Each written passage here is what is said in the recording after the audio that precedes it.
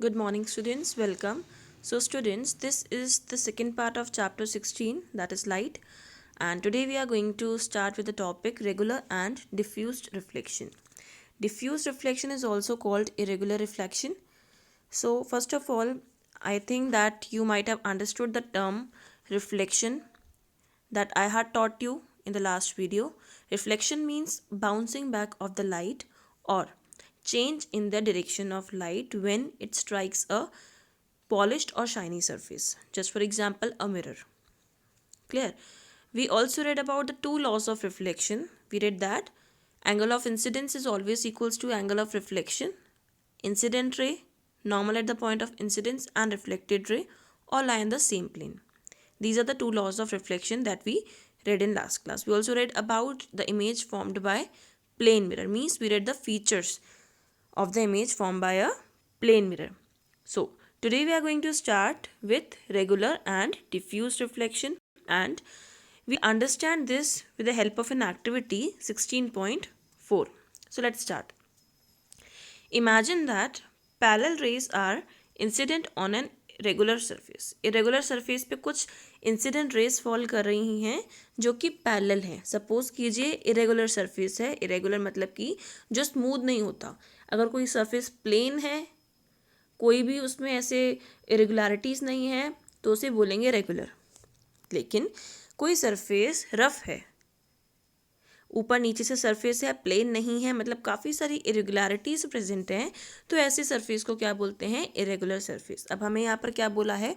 एक irregular surface पर कुछ लाइंस मीन्स कुछ इंसिडेंट रे फॉल कर रही हैं, बट वो कैसी डायरेक्शन में? पैरेलल है. अंडरस्टूड? पैरेलल लाइंस तो आपको पता है, मैथ्स में आपने पढ़ी हैं, इस तरीके से फॉल कर रही हैं. Remember that the laws of reflection are valid at each point of the surface. आपको ये चीज़ ध्यान में रखनी है कि लॉस ऑफ रिफ्लेक्शन हर एक प्लेस पर वैलिड होगा जहाँ जहाँ इंसिडेंट रे फॉल करेगी. ओके जो हमने पढ़ा था for the smooth and shiny surface वगैरह, जो हमने पढ़ा था लास्ट क्लास में. Use this laws to construct reflected rays at various point. इस लॉ को आप यूज़ करके कंस्ट्रक्ट कीजिए रिफ्लेक्टेड. ये है आपकी इंसिडेंट रे, ये है इंसिडेंट रे. अब रिफ्लेक्टेड रे कैसे बनती है? Change in the direction of light, this thing you know. इस तरीके से आप रिफ्लेक्टेड रे भी कंस्ट्रक्ट करेंगे. Are they parallel to one another? क्या रिफ्लेक्टेड रे जो बाउंस बैक होकर जा रही है वो भी क्या पैरेलल है? You will find that these rays are reflected in different direction. आप देखोगे जो इंसिडेंट रे फॉल कर रही है तो उसकी रिफ्लेक्टेड रे कोई कहीं जा रही है तो कोई कहीं जा रही है, इस तरीके से. तो इसका रीज़न क्या हो सकता है? हम लोगों ने तो ये पढ़ा था लॉस ऑफ रिफ्लेक्शन के बारे में कि कोई रे जो इंसिडेंट रे है, कोई जो फॉल कर रही है, स्ट्राइक कर रही है एक स्मूथ सरफेस, वो रिफ्लेक्ट होकर जाती है in the other direction, but जो उसका angle of incidence and angle of reflection same रहता है, इक्वल रहता है. बट यहाँ पर प्लेन सरफेस होता है इसलिए, और हमने आपको क्या बोला कि हमारा सरफेस कैसा है? इरेगुलर सरफेस है. तो इसलिए जो इंसिडेंट रे फॉल करेगी ना, तो उसकी जो रिफ्लेक्टेड रे होगी that can be in any direction. जैसे ये पैरेलल रेस है, तो जो रिफ्लेक्ट बैक होकर रे जाएगी, कुछ रे इधर जाएंगी, कुछ रे इधर भी जा सकती हैं. देख लीजिए फिगर दिया हुआ है यहाँ पर, जो हमें केस दिया था इरेगुलर सरफेस का, तो ये इस तरीके का ही इरेगुलर सरफेस है. इंसिडेंट रे फॉल कर रही हैं, सारी इंसिडेंट रे पैरेलल हैं, पैरेलल लाइन की तरह है. तो उसकी जो रिफ्लेक्टेड रे जाएगी, सेकंड वाले पिक्चर में आप देख सकते हो जो ब्लू लाइंस आपको दिख रही हैं वो रिफ्लेक्टेड रेस हैं. तो इस वाली इंसिडेंट रे के लिए जो रिफ्लेक्टेड रे है वो यहाँ जा रही है, देन इसकी यहाँ जा रही है, like this they are scattered in different direction. लेकिन अगर सरफेस स्मूथ होता, जैसे आप नीचे देख सकते हो ये वाले पिक्चर में, ये एक रेगुलर सरफेस है. देखिए ये कैसा सरफेस है? प्लेन सरफेस है, रेगुलर सरफेस है, कोई भी इरेगुलरिटी प्रेजेंट नहीं है. देयरफॉर इनकी जो इंसिडेंट रे हैं, इनकी इंसिडेंट रे भी कैसी हैं? सारी इंसिडेंट रे पैरेलल हैं. तो इनकी जो बाउंस बैक होकर रिफ्लेक्टेड रे जा रही हैं वो भी सारी पैरेलल हैं. देखिए ब्लू कलर की जो ये हैं, ये सारी रिफ्लेक्टेड रेज हैं, and all the reflected rays are also parallel. But this is just in the case of regular reflection. अगर पढ़ लेते हैं, वापस से देख लीजिए एक और बार यहाँ से. When all the parallel rays are reflected from a rough और irregular surface, they are not parallel, the reflection is also known as diffused or irregular reflection. कभी जो भी पैरेलल रेस हैं या इंसिडेंट रे हैं जो कि पैरेलल हैं, इरेगुलर सरफेस पे फॉल कर रही हैं, किसी भी रफ सरफेस पे फॉल कर रही हैं, तो उनकी रिफ्लेक्टेड रे पैरेलल नहीं होती। इस तरीके के रिफ्लेक्शंस को क्या बोला जाता है? इस तरीके के रिफ्लेक्शन को बोला जाता है डिफ्यूज रिफ्लेक्शन या फिर इरेगुलर रिफ्रैक्शन, जो कि इरेगुलर सरफेस पे टेक प्लेस होती है। Remember that the diffuse reflection is not due to the failure of loss of reflection, it is caused by the irregularities in the reflecting surface like that of a cardboard. तो आप ये चीज़ ध्यान रखिए कि आप ऐसा नहीं बोल सकते हो कि यहाँ पे जो भी हमारे लॉ ऑफ रिफ्लेक्शन थे दो, ये यहाँ पर फेल हो जाते हैं। नो, ऐसा इसलिए होता है कि रिफ्लेक्टेड रे सेम डायरेक्शन में नहीं जाती हैं। दिस इज़ बिकॉज ये जो सरफेस यूज़ करा गया है उसमें काफ़ी सारी इरेगुलरिटीज़ प्रेजेंट हैं। यही केवल रीज़न है। इसका मतलब क्या है? यहाँ पर कोई भी हमारा लॉ ऑफ रिफ्लेक्शन फेल नहीं होता, just in case the surface is rough और irregular. Due to this thing only, इस चीज़ की वजह से ही ये जो रिफ्लेक्टेड रे है हमारी सेम डायरेक्शन में नहीं जा रही है बल्कि डिफरेंट डायरेक्शन में स्कैटर्ड है। On the other hand, the reflection from smooth surface like that of a mirror is called regular reflection. Images are form by regular reflection only. लेकिन अगर कोई सरफेस स्मूथ है, जैसे बोल दो फॉर एग्जाम्पल कोई मिरर है, तो उस केस में रिफ्लेक्शन कैसा होगा? आपका रिफ्लेक्शन होगा रेगुलर रिफ्लेक्शन, बिकॉज इसमें आप देख सकते हो जो हमने लॉ ऑफ रिफ्लेक्शन पढ़े हैं कि angle of incidence is always equal to angle of reflection and incident ray, reflected ray and normal. अगर आप कंस्ट्रक्ट करोगे नॉर्मल बीचों बीच बिल्कुल 90 डिग्री के एंगल पर, तो all lie in the same plane, तो यहाँ पर सेटिस्फाई हो रहा है लॉ ऑफ रिफ्लेक्शन। अंडरस्टूड? तो ये जो मिरर में या किसी भी स्मूथ सरफेस में जो रिफ्लेक्शन होता है उसे हम रेगुलर रिफ्लेक्शन ही बोलते हैं। I hope that you have understood. जो भी रिफ्लेक्शन रफ या फिर इरेगुलर सरफेस पे टेक प्लेस होता है एंड उसकी रिफ्लेक्टेड रेस पैरेलल नहीं होती, उन्हें इरेगुलर रिफ्लेक्शन बोलते हैं या फिर डिफ्यूज रिफ्लेक्शन भी बोल सकते हैं। जस्ट फॉर एग्जाम्पल कार्डबोर्ड, उसमें भी इरेगुलरिटीज प्रेजेंट रहती हैं। क्लियर?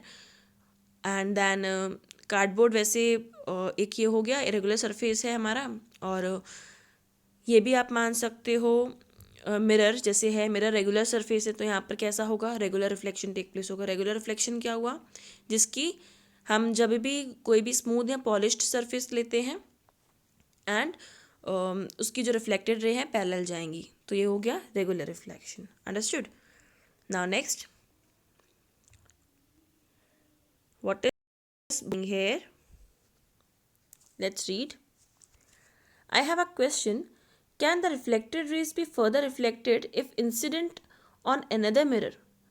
वो जो पूछता है जो रिफ्लेक्टेड रे है, मतलब फॉर एग्जांपल अगर कोई भी रिफ्लेक्टेड रे है, मतलब जो इंसिडेंट रे के बाद जो बाउंस बैक होकर जाती है, इसे रिफ्लेक्टेड रे बोलते हैं। तो ये रिफ्लेक्टेड रे अगर किसी दूसरे मिरर के लिए इंसिडेंट रे बन रही है, दूसरे मिरर पर स्ट्राइक कर रही है, तो क्या ये दूसरे मिरर पर इंसिडेंट रे बोली जाएगी कि ये वाली जो रिफ्लेक्टेड रे है दूसरे मिरर के लिए इंसिडेंट रे है? मतलब कि आपको इसका जो एग्जाम्पल है, मतलब इसका जो क्लैरिफिकेशन है पूरा आपको नेक्स्ट टॉपिक में मिल जाएगा। सो लेट अस फाइंड आउट जो भूजो क्वेश्चन पूछ रहा है। भूजो का क्वेश्चन क्या है? अगर कोई भी रिफ्लेक्टेड रे दूसरे वाले मिरर के लिए क्या कर रही है? दूसरे मिरर पे स्ट्राइक कर रही है। If incident on another mirror, तो क्या दूसरे वाले मिरर के लिए इंसिडेंट रे हुई? सो let us find out. Reflected light can be reflected again. तो हमारा क्या क्वेश्चन इधर टॉपिक है? जो रिफ्लेक्टेड लाइट है, जो रे रिफ्लेक्ट होकर जा रही है, ये रे वापस से भी रिफ्लेक्ट हो सकती है। This can also be reflected again. Okay, तो भूजो का भी यही क्वेश्चन था कि अगर रिफ्लेक्टेड रे वापस किसी मिरर पर स्ट्राइक करती है या इंसिडेंट होती है, तो क्या वापस से रिफ्लेक्ट बैक हो सकती है? भूजो का एग्जैक्टली क्वेश्चन ये था। So let us understand. Recall the last time you visited a hairdresser. आप जब एक बार ध्यान कीजिए, आप कभी भी अपनी हेयर कटिंग के लिए बार्बर पर जाते हैं, हेयर ड्रेसर पाते हैं, तो क्या देखते हो आप? शी और he makes you sit in front of a mirror. वो आपको एक मिरर के सामने बैठा देता है लाइक दिस। क्लियर? आप यहाँ बैठे हो, आपकी हेयर कट कर रहा है एक मिरर, ये आपके सामने, इस मिरर के सामने आपको वो बिठा देते हैं। After your hair is complete, she or he holds a mirror behind you to show you how the hair has been cut. आपके जब हेयर अच्छी तरीके से वो कट कर देते हैं, आप उसके बाद आपको दिखाने के लिए पीछे का व्यू, वो एक और मिरर अपने हाथ में इस तरीके से पकड़ लेते हैं, होल्ड करते हैं, और आप इस पीछे के अपने पोर्शन की इमेज कहाँ देख पाते हो? सामने वाले मिरर में, जो आप ये देख पा रहे हो। Clear? Do you know how you could see the hair at the back of your head? तो आपको पता है क्या कि आप किस तरीके से अपने पीछे के बाल देख सकते हो हेड के पीछे? पहली recalls having constructed a periscope as an extended activity in class 6th। पहली को एकदम से याद आया कि हम लोगों ने एक एक्टिविटी पढ़ी थी क्लास 6th में पेरिस्कोप को कंस्ट्रक्ट करने की। Periscope makes use of two plane mirrors. Periscope बनाने के लिए हमें टू मेन जो प्लेन मिरर्स होते हैं उसका यूज़ करना पड़ता है। Can you explain how reflection from the two mirrors enables you to see objects which are not visible directly? तो क्या आप समझा सकते हो कि जो रिफ्लेक्शन है दो मिरर्स के थ्रू जो रिफ्लेक्शन हो रहा है, तो क्या वो आप अच्छी तरीके से ऑब्जेक्ट्स देख सकते हो उसके थ्रू, या फिर आप किस तरीके से ऑब्जेक्ट देख सकते हो? Periscopes are used in submarines में यूज़ होता है पेरिस्कोप, आप टैंक्स में यूज़ होता है, and also by soldiers in bunkers to see the things outside. जो चीज़ें आउटसाइड है, पानी के बाहर है, तो जो सबमरीन्स हैं, टैंक्स हैं, ये सब चीज़ें देखने के लिए वो पेरिस्कोप का यूज़ करते हैं। Clear? Now next topic is multiple images. काफ़ी सारी इमेजेस कैसे फॉर्म होती हैं? Let's read. You are aware that a plane mirror forms only a single image of an object. आपको पता है कि प्लेन मिरर में केवल एक इमेज बनती है ऑब्जेक्ट की, जो भी ऑब्जेक्ट सामने खड़ा हुआ है उसकी। What happens if two plane mirrors are use in combination? Let us see. तो क्या होगा अगर दो प्लेन मिरर्स को हमने यूज़ करा है? जैसे आप इस इमेज में देख रहे हो, आप क्या देख रहे हो इस इमेज में कि एक तो मिरर सामने है, दूसरा मिरर पीछे है। एक मिरर में जो इमेज आ रही है वो दूसरे मिरर की रिफ्लेक्शन है। ठीक है, इसमें आप क्या देख पा रहे हो कि ये पर्सन सामने खड़ा है, उसका इमेज ये फॉर्म हो रहा है, आपका इमेज यहाँ पर फॉर्म हो रहा है, यहाँ बैठे हो, आपका इमेज यहाँ फॉर्म हो रहा है, इस पर्सन का यहाँ फॉर्म हो रहा है। अब इसने जो पीछे मिरर को होल्ड करा है, इस मिरर में क्या शो हो रहा है? आपके पीछे का हेड शो हो रहा है। इस तरीके से काफ़ी सारी मल्टीपल इमेजेस दिख रही हैं आपकी खुद की। क्लियर? तो काफ़ी सारी इमेजेस ऐसे फॉर्म हो रही हैं टू मिरर्स की हेल्प से। So let us see with the help of activity 16.5 कि अगर दो मिरर्स होते हैं कॉम्बिनेशन में यूज़, तो कितनी इमेजेस फॉर्म होती हैं? Take two plane mirrors. दो प्लेन मिरर्स लीजिए, set them at right angles to each other with their edges touching. To hinge them you can use adhesive tape, place a coin in between the mirrors. How many images of the coin do you see? आपको क्या करना है? आपको दो plane mirror लेने हैं, आपको दो प्लेन मिरर को राइट एंगल पर प्लेस करना है। सपोज कीजिए आपने एक प्लेन मिरर इस तरीके से रखा, तो दूसरे प्लेन मिरर को राइट एंगल पे सेट कीजिए, एक इस डायरेक्शन में, दूसरा वर्टिकली बिल्कुल सीधा 90 डिग्री के पोजीशन पे। बीच में आप एक कॉइन रख दो, इतनी दूरी पे एक कॉइन रख दो। अब सेम चीज़ आप देख सकते हो इधर, this is a plane mirror, this is another plane mirror join that, और एडहेसिव टेप की मदद से 90 डिग्री पर हमने इसको सेट कर दिया है। टेप लगा दिया पीछे से कि वो हिले नहीं प्लेन मिरर, फिर हमने इसको 90 डिग्री पर सेट कर दिया और हमने कॉइन रख दिया सामने। तो देखिए कॉइन की इमेजेस कितनी फॉर्म हो रही है। एक तो इमेज यहाँ फॉर्म हो रही है, दूसरी यहाँ हो रही है, दूसरी इस वाले इमेज की रिफ्लेक्शन, ये जो मिरर है उसका रिफ्लेक्शन यहाँ शो हो रहा है, तो एक यहाँ कॉइन का इमेज फॉर्म हो रहा है। इस तरीके से हमें पूरी अभी दिखी नहीं है, तो काफ़ी सारी इमेजेस इस कॉइन की फॉर्म हो रही हैं at many places. Understood? So images in a plane mirror at right angle to each other, इस वाले केस में बताया है। Now hinge the mirrors using the adhesive tape at different angles, say 45 degree, 60 degree, 120 degree, 180 degree. Place some object say a candle in between them, note down the number of images of the object in each case. अब आप क्या करो, हमने इस वाले case में, तो ऊपर वाले केस में 90 डिग्री पर सेट करा था मिरर को एडहेसिव टेप के यूज़ से। अब वापस से आप एडहेसिव टेप का ही यूज़ करो और मिरर को आप 45 डिग्री पर सेट करो, लाइक दिस। एक मिरर ऐसे, दूसरे मिरर को इस पोजीशन पे रखो, एडहेसिव टेप पीछे से उसके अटैच कर दो, फिर एक और मिरर रखो, उसको 120 डिग्री पर रखो। मतलब इस तरीके से टू मिरर्स के कॉम्बिनेशन आपको करने हैं। पहले 45 डिग्री पर सेट करना है, फिर 60 डिग्री पर, फिर 120, फिर 180। सामने एक मिरर के आप सामने क्या रखोगे? पहले आपने कॉइन रखा था, अब आप कैंडल प्लेस कर देखो। Clear? Finally set the two mirrors parallel to each other. अब आखिरी में आप क्या करो, एक मिरर इधर रखो, एक मिरर उसके जस्ट सामने रखो, मतलब कि पैरेलल पोजीशन में रखो। Find out how many images of the candle place between them are found. अब आप देखो इन दो प्लेन मिरर्स के बीच में एक कैंडल रख दो। अब देखो इस कैंडल की कितनी सारी इमेजेस फॉर्म हो रही हैं।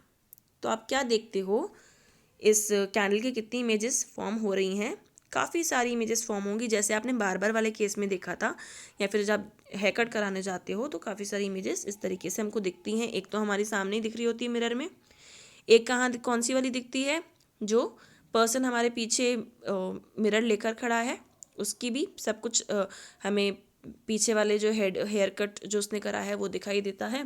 सो can you now explain how you can see the back of your head at the hairdresser's shop. अब आपको समझ आया कि हेयर ड्रेसर की शॉप पे आपको अपने पीछे के जो हेड है वो कैसे दिखता है, बिकॉज रिफ्लेक्शन होता है, उसका जो रिफ्लेक्शन है वो हमें सामने वाले मिरर पर पड़ रहा है, उसकी जो रिफ्लेक्टेड रे है वो इंसिडेंट होकर सामने वाले मिरर पर आ रही है, which is reflected back by that mirror, जो हम देख सकते हैं। This idea of number of images form by mirror placed at an angle to one another is used in a kaleidoscope to make numerous beautiful patterns. You can also use a kaleidoscope yourself.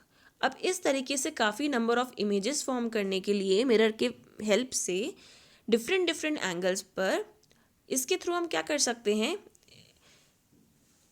Kaleidoscope भी बना सकते हैं। Kaleidoscope आप लोगों ने देखा होगा, usually जो टॉयज़ वगैरह सेल करते हैं तो वहाँ पे जस्ट फॉर एन्जॉयमेंट बच्चे अपने जस्ट प्ले करने के लिए कैलाइडोस्कोप खरीदते हैं। उसमें क्या देखते हैं हम, एक सिलेंड्रिकल शेप का या फिर प्रिज्म की शेप का हमें दिखता है। इसके अंदर एक तरफ से जब हम इसको देखेंगे ना, ग्लास का होता है, इस तरफ से हम जब इसको देखेंगे तो इधर काफ़ी सारे इमेजेस या फिर काफ़ी सारे पैटर्न्स फॉर्म होते हैं। ग्लास कुछ पीसेस डले रहते हैं इसके अंदर, काफ़ी सारे ब्यूटीफुल पैटर्न्स फॉर्म होते हैं। सो ये भी क्या है, नंबर ऑफ जो इमेजेस फॉर्म होती हैं प्लेन मिरर के थ्रू, इसकी मदद से ही कैलाइडोस्कोप भी बनता है। ठीक है, डिफरेंट एंगल्स पर प्लेस होते हैं ना मिरर, डिफरेंट एंगल्स पर प्लेस होते हैं कैलाइडोस्कोप में मिरर, जिसकी वजह से काफ़ी ब्यूटीफुल पैटर्न्स हम देख सकते हैं। जस्ट देखिए एक्टिविटी 16.6 में बनाना भी सिखाया गया है। क्या करना है इसके लिए, हमें 3 प्लेन मिरर लेने हैं। 3 प्लेन मिरर इक्वल साइज़ के लेने हैं। यहाँ पे हमें मेजरमेंट दे दिया है 15 बाय 4 सेंटीमीटर के आप ले लो, 15 सेंटीमीटर लेंथ, 4 सेंटीमीटर उसकी ब्रेथ हो, इतने आप ले लो 3 मिरर। उसके बाद 3 मिरर को हमें इस तरीके से जॉइन कर देना है प्रिज्म की शेप में, इसको हमें फिक्स करना है प्रिज्म की शेप में। उसके बाद हमें एक सर्कुलर कार्डबोर्ड ट्यूब लेना है। ये देखिए एक circular cardboard tube cylindrical shape का मान लो, या फिर ये सर्कुलर कार्डबोर्ड ट्यूब इस तरीके का आपको लेना है। और हमें क्या करना है, ये थोड़ा या तो थिक चार्ट पेपर का भी हो तो भी चलेगा, कार्डबोर्ड का हो तो भी चलेगा, लेकिन हमें देखना है कि जो सर्कुलर कार्डबोर्ड जो ट्यूब है ये हमारे प्रिज्म से थोड़ा सा बड़ा हो। Clear? So close one end of the tube by a cardboard disc. इस ट्यूब के एक एंड को, ओनली एक एंड को, इसके जैसे 2 एंड है ना, एक इधर एंड है एक इधर एंड है, तो उसके एक एंड को हम एक कार्डबोर्ड के डिस्क से इसको हम कवर कर देंगे। ये एक कार्डबोर्ड की डिस्क है, इससे हम इसको कवर कर देंगे। इसके ऊपर इसकी ओपनिंग पर ये कार्डबोर्ड का डिस्क रख देंगे, सर्कुलर शेप का कटा हुआ है, कट करा हुआ है, इसको रख देंगे।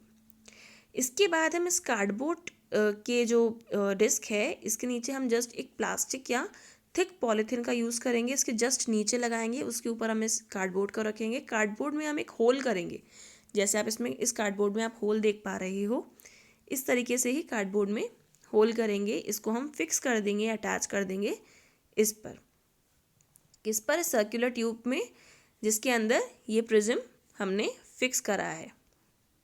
क्लियर?